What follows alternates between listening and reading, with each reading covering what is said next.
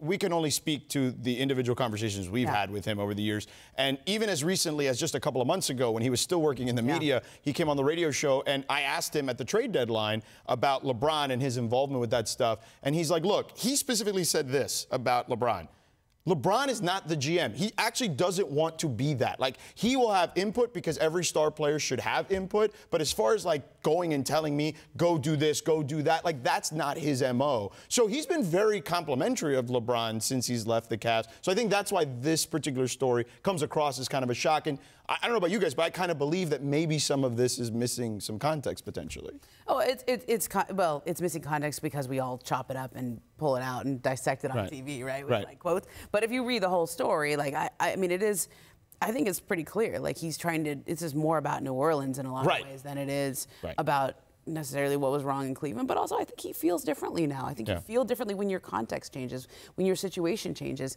And I know with Griffin, I think what he sounds like, honestly, is any general manager, anybody who's ever had to be in charge of a star, of a not just a little star, a gigantic worldwide star, whether it's a rock star, a rock band. I mean, there's have you ever seen the Eagles documentary where the manager of the Eagles trashed the room, and Irving Azoff, the manager, just send me the bill. Just I'll deal with it. Send me the bill. I mean, that is what managing stars is about. Right. I mean, and I think that a couple years later you tell stories and it sounds funny. Not so funny when they're still. And you use the word apparatus. I mean, there is a machine around LeBron. I mean, I've covered him full time for 5 straight years. I'm part of that machine, for better or for worse. I recognize that.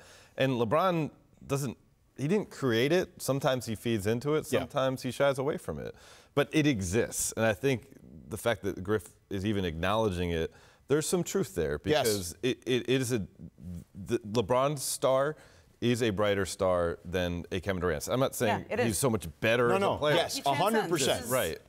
He's more global than Kevin Durant is. And the environment that creates, it just follows him. And again, it's not something that he is necessarily fostering or hoping that it continues by adding logs to the fire. It is. And you either become comfortable in that environment, and that's why I think LeBron goes back to this quote all the time, become comfortable being uncomfortable, because that's the only way you're going to thrive in the world that exists around him. Yeah, for sure. Hey, Kerry Champion sat down with Kyle Kuzma at the Call of Duty Modern Warfare multiplayer reveal in LA.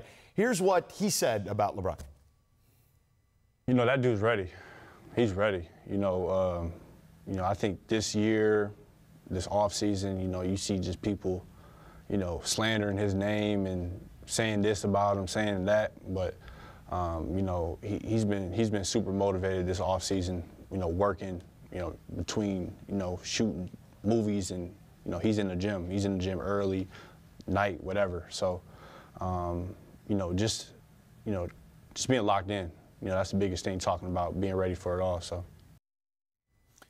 So, I mean, Dave, you're in close contact with him. There's a lot of talk about, filming Space Jam, but he is clearly getting his body right, too. Yeah, I mean, if we are to just take LeBron's Instagram at its word. The other day, he started his day at 5:30 in the morning on a movie set, getting ready to shoot, and he ended his day at 9:30 p.m. at the gym. Right. With, I know Talon Horton-Tucker, one of the Lakers' young players, was also there because he posted on his social media account.